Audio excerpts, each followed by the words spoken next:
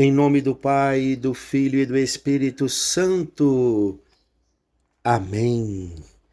Caríssimos irmãos e irmãs em Cristo, escutemos o Santo Evangelho deste domingo da solenidade da Epifania do Senhor, tirado do capítulo 2 de São Mateus, versículos de 1 a 12.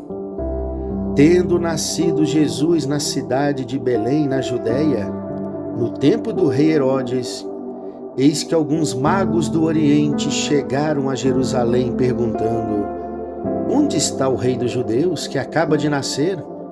Nós vimos a sua estrela no Oriente e viemos adorá-lo. Ao saber disso, o rei Herodes ficou perturbado, assim como toda a cidade de Jerusalém. Reunindo todos os sumos sacerdotes e os mestres da lei, perguntava-lhes onde o Messias deveria nascer. Eles responderam: em Belém, na Judéia, pois assim foi escrito pelo profeta: e tu, Belém, terra de Judá, de modo algum és a menor entre as principais cidades de Judá. Porque de ti sairá um chefe que vai ser o pastor de Israel, o meu povo.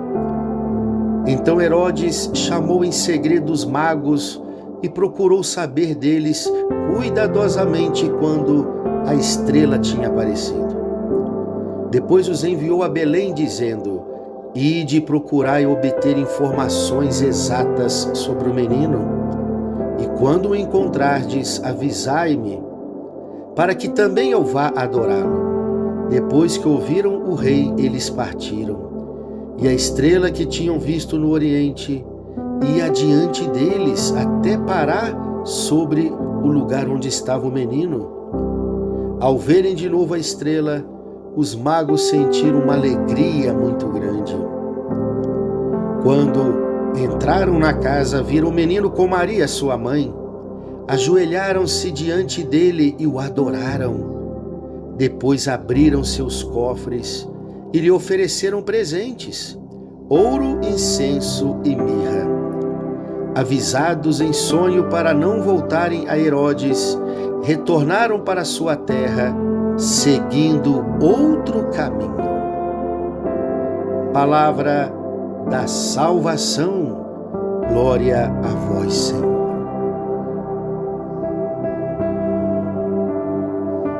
Queridos e amados irmãos e irmãs, estamos ainda dentro do tempo do Santo Natal de Nosso Senhor e hoje, neste domingo, celebramos mais um mistério do Santo Natal. O menino, o Salvador, que agora se revela aos povos pagãos, representados na figura destes magos, que a tradição passou a chamá-los de reis magos. Magos aqui, não pensemos numa espécie de feiticeiros, de pessoas que realizavam magias. Magos aqui porque eram astrônomos, estudiosos dos astros. E com certeza, esses homens de várias nações já conheciam as profecias do Antigo Testamento que falavam a respeito do nascimento de um menino que seria o Salvador, que seria o Messias anunciado pelos profetas. Uma estrela vai guiar estes homens até o menino na manjedoura de Belém. Empreendendo uma viagem longínqua, cheia de desafios, eles encontram no meio do caminho o maior de todos os obstáculos, o rei Herodes, que aqui simboliza a própria figura do mal que quer perseguir e matar o Salvador. Os magos se deixam guiar pela estrela e chegam até Belém, onde o menino havia nascido. Se ajoelham diante da criança e lhe oferece presentes misteriosos, presentes que revelam a identidade daquela criança e a grande missão que ela iria realizar no meio deste mundo. O ouro que mostra que essa criança é rei. Veio para estabelecer o reinado de Deus na história dos homens. Essa criança possui uma realeza divina. Ela veio nos mostrar o caminho para o reino dos céus. O incenso, que era usado apenas no templo para se adorar a Deus, como se diz os Salmos, a fumaça do incenso que sobe aos céus são nossas orações que se elevam até Deus. O incenso reconhece a divindade dessa criança. Essa criança é verdadeiro Deus que se fez verdadeiro homem.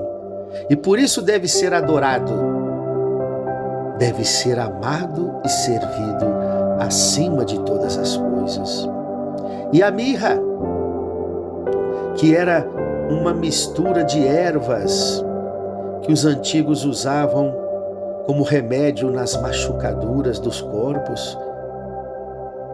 E quando os cadáveres seriam sepultados, com muitas feridas no corpo, a mirra também era passada sobre os cadáveres para que pudessem ser sepultados.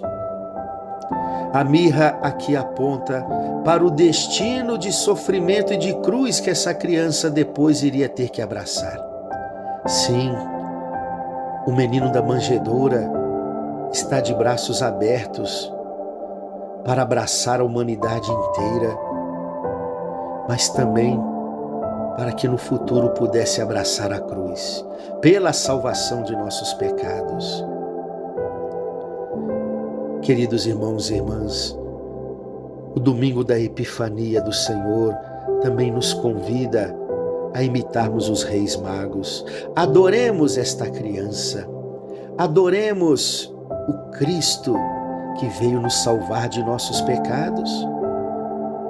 Ele é a grande luz que quer nos guiar e nos conduzir em meio às trevas deste mundo para participarmos um dia da sua glória. Não pensemos que o gesto de adorar a Deus é apenas entoar cânticos bonitos quando o Santíssimo Sacramento está exposto em nossos altares. Também isto. E até te convido, neste ano de 2025, se você ainda não tem este hábito da adoração ao Santíssimo, o Santíssimo que pode ser adorado em nossas capelas, diante dos sacrários e também quando ele está exposto em nossos altares, o Santíssimo que pode ser adorado em cada Santa Missa. O próprio Santo Agostinho, já no século IV para o século V, dizia: não recebamos este alimento do céu sem antes adorá-lo em nossos corações. Queria te fazer esse convite para que neste ano de 2025 você tire momentos de adoração na presença do Cristo Eucarístico. Não procure muitas palavras, mas se quiser e necessitar de falar algo para Ele no Santíssimo Sacramento, fale aquilo que está no seu coração, de suas alegrias, de suas dores, de suas preocupações, seus projetos de vida, seu cansaço, suas lutas. Oração significa isto, é rasgar o nosso coração na presença de Deus e falar-lhe tudo aquilo que trazemos dentro de nós. Aprenda a ficar mais tempo na presença de Jesus no Santíssimo Sacramento. Porém, a adoração ao Santíssimo quer nos levar à verdadeira adoração.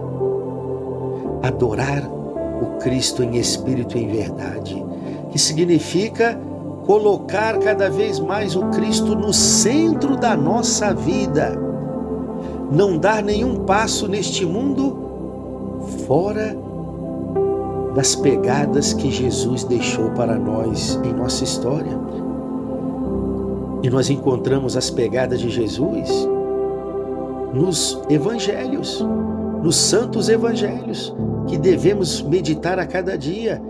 Ali estão as pegadas de Jesus para que possamos segui-lo.